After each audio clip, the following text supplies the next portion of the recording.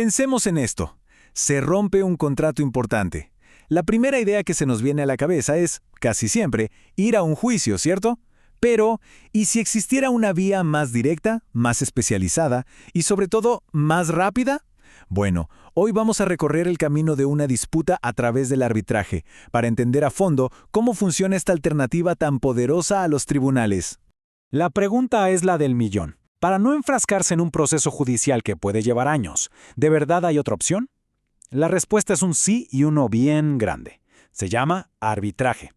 Y justo de eso se trata este análisis, de desmenuzar cómo funciona, paso a paso, desde que explota el conflicto hasta que se llega a una decisión final. Aquí está nuestra hoja de ruta. Vamos a empezar por lo más básico. ¿Qué es exactamente el arbitraje? Después, vamos a ver qué es el pacto arbitral, que es como la llave de entrada a este mundo. Luego veremos cómo se inicia el proceso, nos meteremos de lleno en el corazón del asunto con las audiencias y las pruebas, y finalmente llegaremos al destino, el laudo arbitral y qué pasa después. ¡Arranquemos! Muy bien, vamos a meternos de lleno en el concepto. ¿Qué es en realidad el arbitraje? Hay que pensarlo como una vía paralela al sistema de justicia que todos conocemos, pero eso sí, con sus propias reglas y sus propios protagonistas. En palabras sencillas, el arbitraje es cuando las partes, de común acuerdo, le dicen a un experto o a un grupo de ellos: oiga, en lugar de ir donde un juez, queremos que usted resuelva nuestro problema. Y aquí viene lo más importante. La decisión final de ese experto, que se llama laudo arbitral, no es una simple sugerencia. No. Es ley entre las partes. Tiene la misma fuerza que una sentencia de un juez. Y que quede claro, esto no es algo improvisado. El arbitraje se apoya en principios muy serios que aseguran que todo sea justo. Primero, la imparcialidad tiene que ser total. Segundo, la eficiencia es clave. Se busca la celeridad, o sea, la rapidez. Y tercero, el equilibrio. Las dos partes tienen exactamente las mismas oportunidades para hablar, para presentar sus pruebas y sobre todo para contradecir al otro. Es como se dice, un campo de juego nivelado. Ahora, la pregunta es, ¿cómo se llega a este camino? A ver, nadie está obligado a ir a un arbitraje. Todo, absolutamente todo, comienza con una decisión voluntaria de las partes. Una decisión que se formaliza en lo que se conoce como el pacto arbitral. Este pacto es el tiquete de entrada a todo el proceso. Miren, la ley aquí es súper clara. Firmar un pacto arbitral es una decisión seria, con consecuencias importantes. Significa que las partes voluntariamente están renunciando a llevar esa disputa específica ante un juez. Básicamente están cambiando la justicia pública por una justicia privada y especializada. Este pacto puede tomar dos formas. La primera es la cláusula compromisoria. Pensemos en ella como una especie de vacuna. Se incluye en el contrato original mucho antes de que aparezca algún problema. Es una medida preventiva. La segunda forma es el compromiso. Este se firma después de que el conflicto ya estalló. Es como llamar a los expertos para apagar un incendio que ya está en marcha. A ver, ojo con este concepto porque es fundamental y bastante sorprendente. El principio de autonomía. ¿Qué quiere decir? Significa que la cláusula de arbitraje es como un contrato blindado que vive dentro del contrato principal.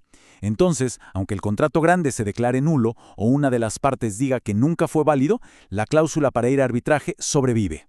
Es independiente. Los árbitros siguen teniendo el poder de decidir incluso sobre esa misma nulidad.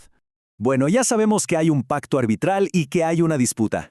Ahora la pregunta es, ¿cómo se pone en marcha toda la maquinaria?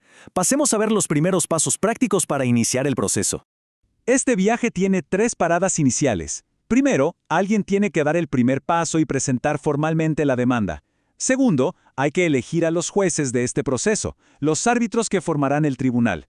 Y tercero, se celebra una audiencia donde esos árbitros se instalan oficialmente y, por así decirlo, toman el timón del caso.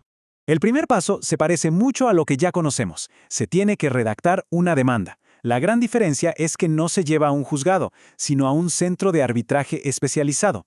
Este simple acto es el banderazo de salida oficial para todo el trámite. Y aquí nos encontramos con una de las grandes ventajas del arbitraje. Las partes pueden elegir a sus propios jueces. Generalmente se escoge un número impar para que no haya empates. ¿Y qué pasa si no se ponen de acuerdo? Bueno, la ley tiene un plan B. Se hace un sorteo y listo. El proceso no se detiene. Pero lo más importante de todo es la transparencia. Cada árbitro tiene la obligación de contar si tiene algún posible conflicto de interés. La imparcialidad es sagrada. Con el tribunal ya elegido e instalado, ahora sí, entramos en la fase más intensa, la más dinámica del arbitraje. Aquí es donde se discute el caso a fondo, se muestran las cartas sobre la mesa, se presentan las pruebas y se prepara todo para la decisión final. Esta fase central tiene sus momentos cumbre. Primero, una audiencia importantísima donde el tribunal decide si es o no competente para resolver el caso. Luego, viene toda la etapa de pruebas, donde se decreta y se practica todo lo necesario. Y finalmente, los alegatos de cierre, que es la última oportunidad de las partes para convencer al tribunal justo antes de que se emita la decisión final, el laudo. Esta primera audiencia de trámite es como un filtro de calidad, es un punto de control fundamental. Aquí, el tribunal se detiene, analiza todo y responde una pregunta clave. ¿Tenemos la autoridad legal para resolver esta disputa? Si la respuesta es sí, el viaje sigue. Si es no, todo se detiene ahí. Así se asegura que el proceso sea válido desde el principio. Y aquí es donde vemos la promesa de rapidez en acción. Por ley, el plazo estándar para que todo el proceso termine es de solo 6 meses, contados desde esa primera audiencia. Solo comparemos eso con los años que puede tardar un caso parecido en la justicia ordinaria. Aunque el plazo se puede extender, la meta es muy clara, una solución rápida y efectiva. Después de todo el análisis de pruebas y de escuchar los argumentos finales, el tribunal se sienta a deliberar y emite su decisión, el famoso laudo. Este documento tiene el mismo peso y poder que una sentencia de un juez, resuelve el problema de fondo y es de cumplimiento obligatorio. Se decide por mayoría, y si algún árbitro no está de acuerdo, puede dejar constancia de su opinión en un salvamento de voto. El laudo ya se emitió, el caso se resolvió, pero ¿qué significa eso en la vida real? ¿Es de verdad el final del camino? Vamos a ver qué efectos tiene el laudo y cuáles son las opciones, que son muy limitadas para cuestionarlo. El efecto más poderoso del laudo tiene un nombre legal, cosa juzgada, y en español claro significa caso cerrado. Una vez que se emite ese laudo, esa misma disputa no se puede volver a discutir nunca más, ni en otro arbitraje ni mucho menos ante un juez. La decisión es final, definitiva. Y aquí está una de las diferencias más grandes con la justicia de siempre. Un laudo no se puede apelar. Es decir, no se le puede pedir a una instancia superior que revise si los árbitros se equivocaron al valorar las pruebas o al interpretar la ley. La única puerta que queda abierta es pedir su anulación, pero solo por fallas graves en el procedimiento. Por ejemplo, si el tribunal no se conformó bien. La decisión de fondo de los árbitros, lo que decidieron sobre el problema, es intocable. Entonces, ¿qué pasa si la parte que perdió no cumple por las buenas con lo que dice el laudo? Pues la parte que ganó puede ir donde un juez, pero no para volver a discutir el caso, sino simplemente para pedir que se obligue a la otra parte a cumplir. El juez actúa como un ejecutor, no como un revisor, no discute el laudo, solo ordena que se cumpla. Y punto. Y así hemos completado el viaje. Hemos visto un sistema que le apuesta a la eficiencia, a la especialización de quienes deciden y a la rapidez. La pregunta que nos queda resonando es inevitable. Frente a sistemas judiciales que muchas veces están sobrecargados, ¿será que el arbitraje es una de las claves para tener una justicia más ágil y mejor adaptada a las necesidades del mundo de hoy?